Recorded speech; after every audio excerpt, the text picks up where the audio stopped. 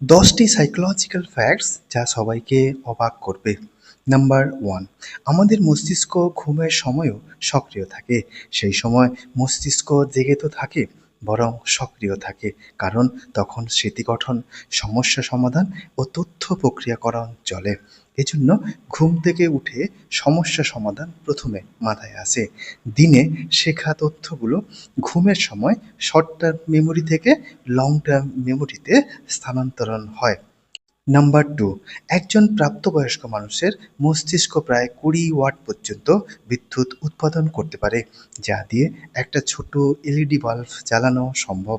এই বিদ্যুৎকে বাইরে ব্যবহার করা যায় না, কারণ বিদ্যুৎ খুবই ক্ষুদ্র ভোল্টেজ ও জটিল সিগন্যাল আকারে তৈরি হয়। আমাদের মস্তিষ্কে প্রায় 86 বিলিয়ন নিউরন রয়েছে।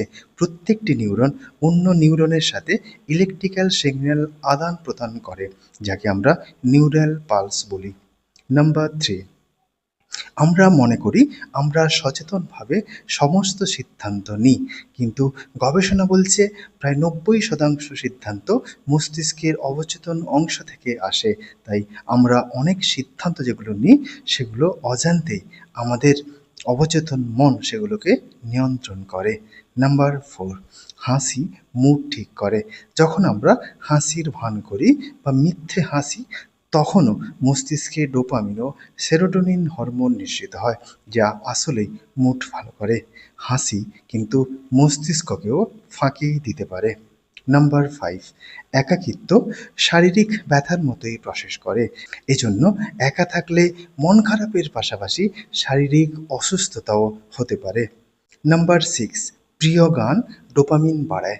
যে গান তোমার প্রিয় তা শোনার সময় ব্রেন হ্যাপিনেস হরমোন অর্থাৎ ডোপামিন রিলিজ করে, যা আসলেই আমাদেরকে খুশি করে। তাই যখনই তোমার মন খারাপ করবে, তোমার প্রিয় গানটি শোনো, অবশ্যই তোমার মন ভালো হয়ে যাবে। নাম্বার 7, আমরা যখন কাউকে সাহায্য করি বা দয়ালু কোনো কাজ করি, তখন আমাদের মস্তিষ্ক থেকে হ্যাপিনেস হরমোন নিঃসৃত হয়। ডোপামিন, সেরোটোনিন বা এন্ডোরফিন ফলে আমাদের এক ধরনের মানসিক ও শারীরিক সুখের অনুভূতি হয়। তাকে হেল্পার্স হাই বলে। নাম্বার 8, মস্তিষ্ক কল্পনা ও বাস্তবের মধ্যে পার্থক্য বুঝতে পারে না।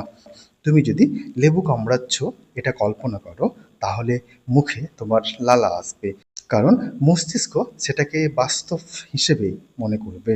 নাম্বার 9, আমাদের মস্তিষ্কে প্রতিদিন প্রায় 60,000 চিন্তা আসে, কিন্তু আশ্চর্যের বিষয় হচ্ছে এর মধ্যে প্রায় 80% চিন্তাই আমাদের আগের দিনের মতো একই রকম হয়ে থাকে। নাম্বার 10, বয়সের সাথে সাথে মস্তিষ্কের আকার ছোট হতে থাকে। তাই নতুন কিছু শেখা, পাজল সলভ করা, নতুন ভাষা শেখা মস্তিষ্কের নিউরনের শক্তি বৃদ্ধি করে, ফলে মস্তিষ্কের কার্যক্ষমতাটা বজায় থাকে। আশা করছি ভিডিওটি তোমাদের খুব খুব ভালো লেগেছে। যদি ভালো লেগে থাকে অবশ্যই লাইক করো এবং ভিডিওটি শেয়ার করে দিও। আমাদের পাশে থেকেও চ্যানেলটি সাবস্ক্রাইব করে নিও। আজকে এ পর্যন্ত, দেখা হচ্ছে অন্য কোনো ভিডিওতে।